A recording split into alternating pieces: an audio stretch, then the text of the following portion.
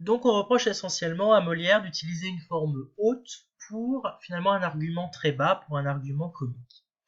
Le troisième reproche qu'on lui fait sur les enjeux esthétiques, c'est de ne pas respecter de distance temporelle et de ancrer sa pièce dans un contexte contemporain. Ça aussi, c'est un reproche, notamment parce que si le théâtre doit plaire et instruire, faut quand même pas abuser, faut pas non plus qu'il soit là pour dénoncer la société. Ce qu'on reproche aussi beaucoup à Molière dans sa pièce, c'est qu'il y a beaucoup de récits dans la bouche des personnages. C'est-à-dire que l'action théâtrale n'avance pas tellement et que Molière aurait fait des économies finalement d'action dans sa pièce. Notamment par exemple Horace raconte souvent les avancées de sa conquête amoureuse pour Agnès dans divers dialogues. Vous avez aussi souvent Arnolphe qui termine les actes ou commence les actes par des monologues, mais justement, ça frustre un petit peu le public de voir que ces actions nous sont racontées, mais qu'elles ne se déroulent pas devant nous. Donc c'est aussi ça qui est reproché, c'est un petit peu ce manque de dynamisme finalement dans la pièce de Molière. Excusez-moi pour le téléphone. Oui, pour vous illustrer justement le fait de ce gros comique qui est utilisé, la dispute des valets par exemple, au début de la pièce, justement, une dispute de valets ne doit pas intervenir dans une forme aussi noble, en 5 actes, avec des vers, ça ne se fait pas, en tout cas dans le contexte classique. Et puis on reproche des choses morales à la pièce de Molière. Alors d'abord, beaucoup d'équivoques sexuels. Alors, beaucoup d'équivoques sexuels. La principale équivoque sexuelle est la scène la plus célèbre de la pièce, qui est la scène dite du petit chat. Alors, cette scène du petit chat, en gros, pour résumer, Arnolphe rentre de voyage, il vient voir Agnès, il veut discuter avec elle, c'est le moment où il veut justement lui annoncer le projet qu'il a pour elle, c'est-à-dire de l'épouser. Et après lui avoir demandé l'événement le plus important qu'il y a eu lieu, c'est-à-dire la mort du petit chat, va s'en suivre une autre scène qui est celle où il lui annonce à l'acte 3, à l'acte 2, scène 5, qu'il sait, enfin, d'une certaine manière, il essaie de lui faire dire, est-ce que Agnès vous voyez un autre homme que moi? Elle lui dit que oui, elle est extrêmement désolée, et elle est désolée parce qu'il lui a appris quelque chose. Mais qu'a-t-il pu bien lui prendre? Arnolphe pense qu'il lui a pris sa virginité, alors qu'il lui a seulement pris son mouchoir. Donc il y a un jeu sur le verbe prendre, et cet équivoque justement a beaucoup choqué à l'époque de Molière. On accuse aussi Molière d'être impie parce qu'il met justement en scène un personnage qui incarne euh, les valeurs du mariage chrétien et notamment la manière dont Molière attaque la religion par justement ce sacrement. Et notamment dans la scène où Agnès doit lire son petit catéchisme, les règles de l'épouse idéale, les règles de l'épouse chrétienne idéale, qui sont autant de cadenas, autant de fers qui sont mis aux femmes à l'époque. Ce genre de manuel à l'époque était très répandu. Il y avait beaucoup de manuels pour expliquer ce qu'une femme devait être ou ne devait pas être.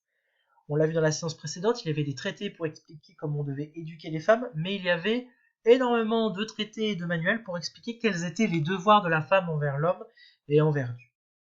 Donc voici ce qu'on reproche essentiellement à Molière, en tout cas, donc des enjeux esthétiques et des enjeux moraux. Alors plus d'enjeux esthétiques que d'enjeux moraux. Alors, on va entrer. Alors, si le diaporama veut bien fonctionner. Voilà. Alors, l'école des femmes en quelques points. Alors, je vous ai fait un résumé de l'école des femmes acte par acte. Je ne vais pas vous restituer entièrement l'histoire de l'école des femmes, je vais pas vous livrer un résumé. C'est pour que vous ayez au moins une trace écrite claire de l'histoire. Donc soit vous imprimez ce résumé, donc des 5 actes, soit vous pouvez suivre cette vidéo qui est très bien faite. Alors c'est une chaîne YouTube que j'aime beaucoup qui s'appelle Télécrayon. Alors j'aime beaucoup le design un peu rétro et un peu enfant. Et pendant le confinement, celui qui est en charge, le youtubeur qui fait Télécrayon a décidé de résumer 3 pièces de Molière, Le Misanthrope, Don Juan et L'école des femmes. Et donc vous avez le lien. Alors le lien, il est en couleur très claire. En tout cas, si vous cherchez sur YouTube, vous allez voir Télécrayon, École des femmes. Et c'est résumé de manière un peu simpliste, mais de manière très efficace et sans justement perdre le vrai sens de la pièce L'école des femmes. Donc là, vous êtes en autonomie. Soit vous décidez de potasser ce résumé, soit vous regardez la vidéo sur Télécrayon dont vous avez le résumé. Alors la vidéo, elle doit durer 10 minutes à peu près, mais vous allez vraiment avoir un résumé complet. Ce qui ne vous dédouane pas du fait que vous devez regarder au moins une mise en scène de l'école des femmes. Donc la seule qui est disponible en ligne et d'à peu près bonne qualité, c'est celle de Stéphane Broadway qui date de 2018. Donc voici pour le résumé de la pièce. Alors, je vous ai fait aussi un tableau des personnages pour vous expliquer un peu quels sont les liens. En gros, il faut que vous reteniez que la pièce tourne autour de 3 personnages principaux. Arnolphe, dit Monsieur de la Souche, qui est le vieux barbon. Alors un vieux barbon, c'est-à-dire c'est un vieux monsieur, c'est un vieil acariâtre. En général, quand on dit un barbon, c'est pas très positif. Donc Arnolphe, qui a en charge Agnès, donc qui est élevée par lui, il a le projet de l'épouser. Agnès, jusque-là, pas de problème. Agnès est naïve, puisque c'est l'objectif d'Arnolphe, c'est d'épouser une femme qui soit bête. Pourquoi, et ça nous l'étudierons plus en détail, c'est que la société de Molière au XVIIe siècle considère que le danger ultime chez la femme, c'est de devenir une précieuse, c'est de devenir une coquette, c'est de devenir une femme qui pense, de devenir une femme qui est cultivée, de devenir une femme qui lit, qui sait des choses. Donc, à l'époque, on estime quand même que ce qui est pas mal, c'est d'avoir une femme un peu bébête, comme ça elle reste à la maison, et elle n'a pas la tentation de vouloir se barrer. C'est une autre société, c'est une société un peu archaïque, voire même très archaïque. Pourquoi je dis un peu ? Agnès, pas de bol, elle tombe amoureuse d'un bel homme qui passe par là, Horace, qui est jeune, qui est beau, qui lui fait la cour, ce que Arnolphe ne fait pas. Arnolphe ne fait pas la cour, ce qui d'ailleurs va être l'enjeu des derniers actes de la pièce, puisque Arnolphe va tomber amoureux d'Agnès, puisque Agnès finalement est désirée par quelqu'un d'autre. C'est une loi qui est une loi assez universelle. À partir du moment où quelqu'un commence à être désiré par une personne, tout le monde a cette espèce d'instinct finalement d'aller conquérir cette personne, parce qu'elle doit avoir quelque chose qui fait. Horace est le fils d'Oronte. Et Oronte est un ami d'Arnolphe. Donc Oronte, il apparaît aux alentours du premier acte, il me semble. Donc c'est un personnage qui est très secondaire. Alors les personnages qui sont en rouge sont les personnages importants. Les personnages en bleu sont vraiment des personnages très secondaires. Il y a un autre ami qui est d'ailleurs l'un des premiers personnages qui apparaît au début de la pièce, qui est Chrysalde. Alors Chrysalde qui est un ami et qui est le beau-frère d'Enrique, puisqu'il va y avoir le retournement final. Pour ceux qui n'ont pas lu la pièce, je vous dis la fin. En fait, on apprend que Agnès est en réalité la fille de Enrique, qui est un noble espagnol et qui a dû l'abandonner, du moins la sœur de Chrysalde a dû l'abandonner, et c'est comme ça que Arnolphe l'a récupéré sans savoir son passé. Et Agnès apprend qu'elle est en plus d'une grande descendance, enfin qu'elle vient d'une famille très noble. Ah oui, Arnolphe est très proche du bourgeois gentilhomme, hein. Parce qu'il se fait appeler Monsieur de la Souche. En fait, c'est pas un vrai titre de noblesse, c'est un titre de noblesse qu'il a usurpé, mais c'était aussi la mode au XVIIe siècle, c'est d'essayer de se trouver c'était de se trouver des héritiers nobles pour pouvoir justement récupérer des terres, des propriétés. Et puis vous avez deux personnages qui sont très importants, même s'ils apparaissent en second plan, que sont Alain et Georgette, qui sont les valets d'Arnolphe. Alors, dites-vous bien que Arnolphe, Agnès, Horace, Oronte, Chrysaltène, Riquet, enfin tous autant qui sont des personnages hauts, sont des personnages qui viennent de la bourgeoisie et de la noblesse, donc qui font des actions, on va dire, élevées. Ils sont dans un comique qui est dans le comique du classicisme, c'est-à-dire qui doit plaire et instruire, qui doit être haut de volée et qui doit vous rendre plus intelligent. Alors que Alain et Georgette, ils viennent finalement de ce premier comique qui est le comique de la Commedia dell'arte, ils viennent de la farce finalement. Ils viennent de ce comique bas qui est fait de comiques de répétition, de comiques de gestes, de comiques de mots assez lourds. Et Alain et Georgette, ils sont là pour finalement faire un peu une pause dans la pièce pour rappeler, et on est quand même dans une comédie, on est quand même dans quelque chose qui doit faire rire, il faut faire appel aux instincts les plus bas de l'homme, qu'est le rire. Donc, d'une certaine manière, c'est aussi ce mélange qui a un peu dérouté le public à l'époque, au XVIIe siècle. Néanmoins, je pense que le public du XVIIe siècle attendait avec impatience les prestations d'Alain et Georgette, parce qu'il fallait voir à l'époque les comédiens qui faisaient ce genre de rôle étaient vraiment des stars. Ils étaient adulés. Ça demande une précision et une technique énorme, le comique. Donc voilà pour vous résumer un peu. Alors je vous ai pas parlé du lieu, mais la pièce respecte l'unité de lieu. L'unité de lieu.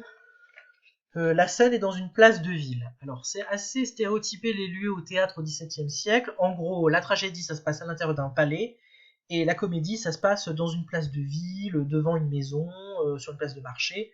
Donc en gros, lieu noble toujours dans la tragédie, les palais, les marbres, etc.